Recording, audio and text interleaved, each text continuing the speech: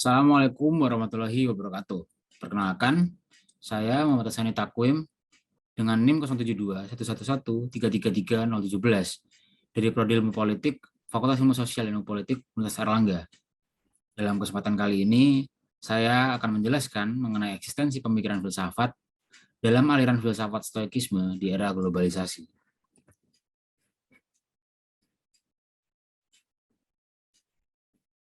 Yang pertama-tama ada stoikisme, yakni sebuah aliran filsafat yang berpandangan bahwa manusia mampu mengontrol emosi dirinya sendiri untuk bisa mensyukuri apapun yang sudah terjadi. Jadi stoikisme ini menekankan bahwa manusia adalah makhluk yang irasional dan sangat mudah dipengaruhi oleh emosi dan melupakan hal positif yang dialaminya. Yang selanjutnya yaitu ada sejarah stoikisme. Jadi stoikisme ini adalah sebuah aliran atau mazhab filsafat Yunani kuno yang didirikan di kota Athena, Yunani, pada abad ketiga sebelum Masehi. Tokoh pencetus dari stoikisme sendiri yaitu adalah Zeno yang berasal dari Citium, dan stoikisme ini dilanjutkan oleh filsuf Stoa, yakni ada Chrysippus, Cicero, Epictetus, Marcus Aurelius, dan Seneca. Yang selanjutnya ada definisi globalisasi. Karena pada kesempatan kali ini saya akan menjelaskan hubungan globalisasi dengan eksistensi pemikiran filsafat stoikisme di era globalisasi. Globalisasi adalah proses integrasi internasional yang terjadi karena adanya pertukaran pandangan dunia, produk, pemikiran, dan aspek kebudayaan lainnya.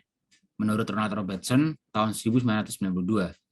Jadi pengaruh globalisasi ini memberikan impact, yakni memudahkan dalam mengakses kemajuan informasi yang berkembang dalam masyarakat. Untuk yang selanjutnya, kita akan membahas mengenai hubungan antara globalisasi dengan cabang filsafat stoikisme. Adanya globalisasi memudahkan masyarakat dalam mengakses informasi yang ada. Seperti yang kita tahu, kebanyakan di platform-platform online seperti YouTube ataupun berita-berita lainnya, filsafat stoikisme sangat ramai diperbincangkan, termasuk para YouTuber maupun konten kreator yang berbondong-bondong untuk membuat konten yang membahas stoikisme secara mendalam. Konten tersebut seperti video dengan platform YouTube dan juga ada podcast dengan platform Noise dan juga Spotify. Nah, seperti apa yang bisa dilihat di layar, ini adalah contoh-contoh dari konten kreator yang mencoba untuk memahamkan stoikisme kepada masyarakat luas. Yaitu ada Ferry Irwandi dengan judul Memahami Filsafat Stoikisme. Yang kedua ada komika terkenal yaitu Raditya Dika yang juga membahas stoikisme bersama Ferry Irwandi. Yang selanjutnya juga ada Pak Gita Wirjawan yang juga membuat video stoikisme dengan judul Latihan Menjadi Stoik. Dan yang terakhir ada Habib Jafar yang juga membuat video berkolaborasi dengan Ferry Irwandi yang berjudul Titik Temu Antara Islam dan Stoikisme. Jadi filsafat stoikisme ini juga ada titik temunya antara agama. Eksistensi filsafat sebagai ilmu tidak bisa dilepaskan dari perkembangan teknologi. Globalisasi adalah salah satu fenomena yang bisa dimanfaatkan untuk mengembangkan atau mempertahankan ilmu pengetahuan. Salah satunya stoikisme ini. Stoikisme menjadi salah satu contoh dari tepatnya pemanfaatan internet dan sistem informasi untuk mempertahankan eksistensi dari sebuah ilmu pengetahuan. Pemanfaatan yang secara tepat guna harus dilakukan untuk menghasilkan sebuah hasil yang bermanfaat.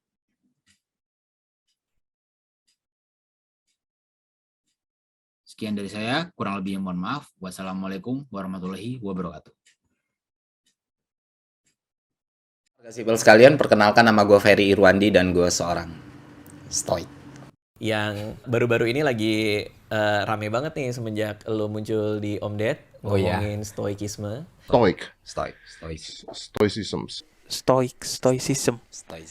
Stoicism atau stoicisme itu adalah filosofi yang mengajarkan bagaimana kita bisa hidup dengan kebahagiaan yang penuh.